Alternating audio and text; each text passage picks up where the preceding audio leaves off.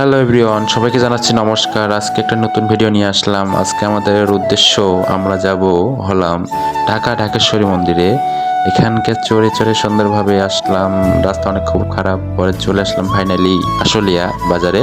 এদিকে অনেক কাজ চলতেছে ব্রিজ থেকে মানে একটা অটো ধরে চলে আসলাম আশুলিয়া যাওয়ার রোডে। তো ফার্স্ট করার পরে আমরা দিয়ে বাড়িতে যাব। দিয়ে বাড়ির যে ভিউটা যে সুন্দর, বাট অনেক অনেক অনেক সুন্দর। আমার মনটা চাচ্ছে, ভাজ থেকে বললাম চলো কিছু পিক তুলে নেই, মানে বহুত খুশি।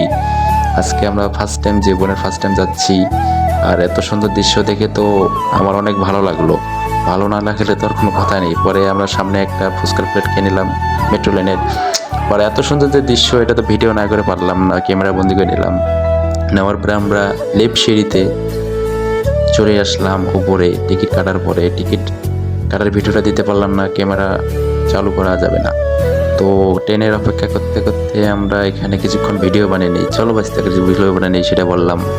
ভিডিও বানার পরে আমরা ট্রেনের অপেক্ষা থাকতে থাকতে ফার্স্ট টাইম ট্রেনটা চলে আসলো। ট্রেনটা অনেক ভালো লাগলো, বাট আফসোস ফার্স্ট টাইম এখানে চড়বো, অনেক ভালো লাগতেছে। আর এইদিকের বাইরের দৃশ্যটা কিন্তু জাস্ট।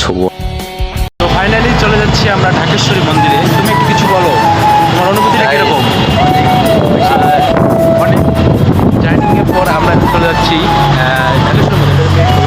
ঢাকা বিশ্ববিদ্যালয় থেকে আমরা যাচ্ছি হলাম ঢাকেশ্বরী মন্দির। ওখানে যে তোমাদের সাথে দেখা হচ্ছে। তো ফাইনালি চলে আসলাম আমরা হলাম এই সেই বিখ্যাত মন্দির ঢাকেশ্বরী মন্দির।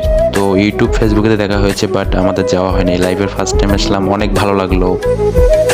বাট এখন আমরা ভিতরে যাব, ভিতরে দৃশ্যটা দেখবো কত সুন্দর, যে মনটা ভরে গেল মন্দিরে যে দেখার পরে আমরা আপনাদের দেখাবো বাইরের দৃশ্য। বাট আমার বন্ধুকে বললাম, বন্ধু চলো ক্যামেরা বন্ধু হে নেই এখানকার দৃশ্যটা। ক্যামেরা বন্দি হওয়ার পরে আমরা বাইরে চলে এসে একটা প্রসাদ কিনে নিলাম। প্রসাদ কিনে খাওয়া দাওয়ার পরে বাইরে চলে এসে দেখি এখানে অনেক সুন্দর প্রতিমা। আর এটা হলো টাইম মেনটেন জাস্ট।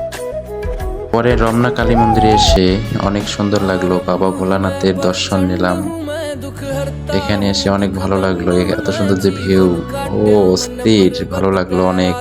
এসে পরে ভিতরে ঢুকলাম, ঢোকার পরে কালিমের পিক দেখলাম, ভিতরে ঠাকুর আছে, মন্দিরে প্রবেশ করলাম, পরে একটা ভিডিও নিলাম। ভিডিও নেওয়ার পরে আমরা এখন আবার বাইরে যেয়ে দেখবো। অনেক সুন্দর, এত সুন্দরভাবে যে ঠাকুরগুলো রাখছে, অনেক ভালো লাগলো। এটা হলো হরি ঠাকুর, অনেক ভালো লাগলো। এরপরে আছে আপনার হলো জয় শ্রীরাম, মানে রাম ঠাকুর। এটা হলো গোপাল, আর এখানে আছে হনুমান, তার বুকে আছে রাম সীতা, অনেক ভালো লাগলো। আর আমার ভাতিজা একজনকে সাহায্য করলো বেল পাতা পেরে। আমরা দেখলাম, কিছুক্ষণ ভিডিও নিলাম।